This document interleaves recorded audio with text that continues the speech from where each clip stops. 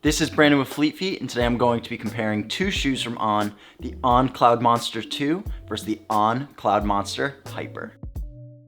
The On Cloudmonster 2 has an engineered mesh upper. The midsole is made up of a speedboard that runs through the shoe, as well as a dual density Helion super foam, one that is softer, that is this orange foam here, and one that is a little bit firmer, which is this white foam here, and it has the traditional Cloud Tech geometry that we're used to. The On Cloudmonster 2 also has very traditional rubber coverage. This shoe is best intended for easy run days or long run days. Now moving on to the On Cloudmonster Hyper, the upper is made up of an engineered woven upper, which is similar to what you see in most of their race day shoes. The midsole of this shoe does not have a speedboard, but is comprised of two new foams, a Helion HF Hyper foam on the top, and then a Helion Super foam on the bottom with a P-Bax Helion HF bounce board, which is combined in with the Helion Super foam. This shoe is best intended for long run days and up-tempo miles. Both these shoes have a lot of similarities and differences to them, so let's get into it. The On Cloudmonster 2 is On's more traditional daily trainer, while the On Cloudmonster Hyper is their first take on a super trainer. What makes the On Cloudmonster Hyper a super trainer? Well, it has all of the premium technologies that you'd see in a race day shoe, but it's actually intended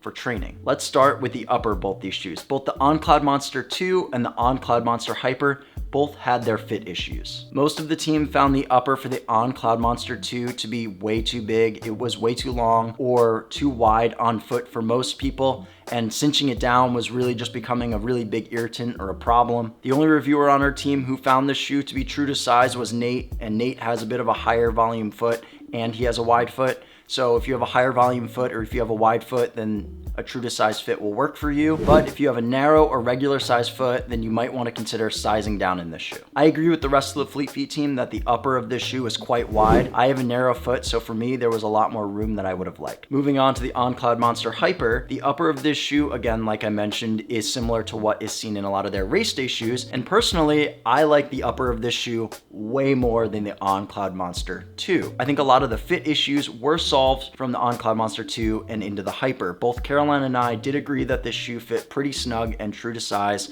and we had no issues. But the rest of the team still found that this shoe, as well as the On Cloudmonster 2, fit quite big. So overall, there was a bit of a mixed bag between whether people fit in the shoe, whether they thought it was too big or not big enough, or was snug or not snug. Between both the On Cloudmonster 2 and the On Cloudmonster Hyper, the sizing was just all off. It was all over the place. There was too many people with mixed opinions, and I don't think this was just from the Fleet Feet team. I think across the board, a lot of people are having these issues. I think one of the biggest improvements between both of these shoes would be for On to fix some of the sizing issues and make those a little bit more proportionate across the board. Moving down to the midsole, most of the team found that the On Cloudmonster 2 was a bit of a firmer and more responsive ride. I agree. Overall, this shoe was quite firm. It is responsive, though this shoe does have an increase in stack between the first model to the second model, so you're going to feel even less ground coverage than you're used to from the first model. The team also found that the energy return of this shoe was quite propulsive. I agree as well. I think overall this shoe is quite snappy. It's a fast ride. If you're looking for something that has a higher stack, decent cushioning, but it isn't quite soft and more on the firm side, then the On Cloudmonster 2 is a great pick for that. Personally, I found the dual density layers of both the Helion Super foam to be quite nice underfoot. I really enjoyed the balance between a little bit of a firmer ride in the heel and more stable underfoot with the Cloud Tech technology. I found the orange part of the midsole here to be just a little bit softer underfoot when I was going through my stride, which provided a nice balance between firm and soft. Moving on to the midsole of the On Cloudmonster Hyper, most of the team found that this shoe was best for tempo days or long run days, and that was probably due to this P-Bax that they have running through the shoe, which I think personally makes the shoe what it is. I agree with the Fleet Feet team. I think that tempo runs and long run days is really going to be the sweet spot for this shoe, especially as a super trainer. It's modded out and the midsole just feels great underfoot. The Fleet Feet team and myself definitely agree that it is a little bit of a softer shoe than that of the On Cloudmonster 2, but it is also springier and a little bit faster, and it has a bit more pop underfoot, which I think we all enjoyed. While this shoe is softer than the On Cloudmonster 2, it isn't the softest shoe on the market. So if you still are someone who likes a more balanced ride and you still like something a little bit on the firmer side, then I think this shoe will work for you. I personally love this shoe. The integration of the Helion HF Hyper foam and the Super foam mixed in with that P-Bax Helion HF bounce board really makes this shoe a really fun ride. You really can feel it in the forefoot when you're going off your stride. It has that beautiful bounce to it. When you first step into the shoe, you have a really nice cushioned soft feel, but once you start finding your cadence and rhythm through the shoe, you can really feel that bounce. Both the On Cloudmonster 2 and the On Cloudmonster Hyper are great options if you're looking for a fast ride, a propulsive ride, and a very responsive one. But I will say that if you're looking for something just a little bit faster or a little bit snappier underfoot, then the On Cloudmonster Hyper is going to win in that regard. If you're looking for higher, more premium technology, then I would go with the On Cloudmonster Hyper. If you want something more stripped down and basic, but still a ton of fun, then go with the On Cloudmonster 2. I think both of these shoes would do well as training companions, with the similar geometries, the similar fits, and the similar styles and rides in both of these shoes. You really can't go wrong with either one. If you decided that you wanted to buy both, then I would use the On Cloudmonster 2 for those easier days and like some more relaxed days underfoot. And then I would use the On Cloudmonster Hyper for some faster long runs or tempo runs or workout days. Though between these two shoes, there's still quite a bit to compare, and that is the specs. Both the On Cloudmonster and the On Cloudmonster Hyper come in at 6mm drops, though the On Cloudmonster 2 is going to have a 34.5mm stack in the heel and a 29mm in the toe, and the On Cloudmonster Hyper is going to have a 37.5mm stack in the heel and a 31.5mm in the toe. So between both of these shoes, you're going to see a increase of 3mm in stack in the On Cloudmonster Hyper. So if you are looking for a shoe that has more cushioning and is going to be a little bit of a higher stack overfoot, then I would go with the On Cloudmonster Hyper. But if you're looking for something that is a little bit lower profile than that, then I would go with the On Cloudmonster 2. There is also a big difference in weight in both of these shoes. The On Cloudmonster 2 comes in at 295 grams or 10.4 ounces for a men's size 10,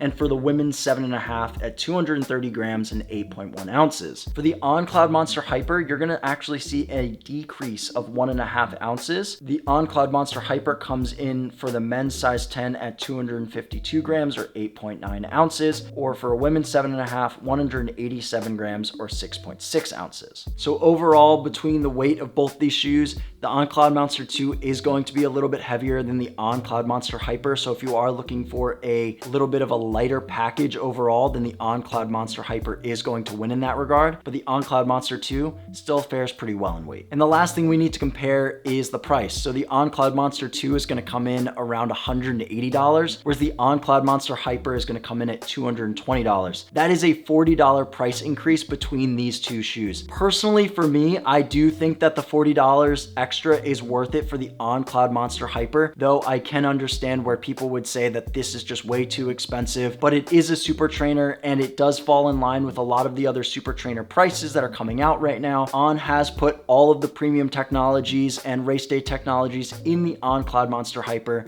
So if you're someone who enjoyed the On Cloudmonster 2 and you enjoy a lot of their race day shoes, then the On Cloudmonster Hyper is going to be a great pick for you, even at the $220 price point range. The On Cloudmonster 2 comes in $180, so if you are looking for something that isn't going to break the bank or is going to be a little bit of a cheaper option, then I do think that the On Cloudmonster 2 would make sense. I think it's going to be worth it, and it's going to be worth the money to invest in both these shoes. If I could only choose one of them, I would go with the On Cloudmonster Hyper. For me, I enjoy a little bit more stack underfoot. I enjoy a more narrow fit, which I think the On Cloudmonster Hyper provides. I also think that it solves a lot of the midsole issues that I found in the On Cloudmonster 2.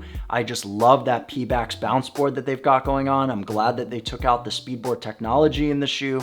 For me personally, the ride in the On Cloudmonster Hyper was worth the extra $40, and I think especially with the fit of the upper being much better in the On Cloudmonster Hyper for me than the On Cloudmonster 2 really makes all the difference. With the On Cloudmonster Hyper having an increased 3mm in stack, it is 1.5 ounces lighter than its training companion, the On Cloudmonster 2, and even though it is $40 more, I still think that this shoe is much better of an option than the On Cloudmonster 2. Not to say that the On Cloudmonster 2 isn't a good shoe, I just personally find that the On Cloudmonster Hyper to be a little bit better and work for my preferences as a runner more. If you want to learn about both the On Cloudmonster 2 and the On Cloudmonster Hyper, you can check those out on YouTube or on the blog at fleetfeet.com. Caroline, Kate, Nate, Max, and the rest of the review team write their opinions on both the On Cloudmonster 2 and the On Cloudmonster Hyper, so you can go check those out if you want something a little bit more detailed. If there are other shoes from On that you want me to review, leave those in the comments below, or if there are other shoes you want me to compare, let me know about that as well. If you enjoyed this review, make sure to give it a like and subscribe to our channel if you aren't already.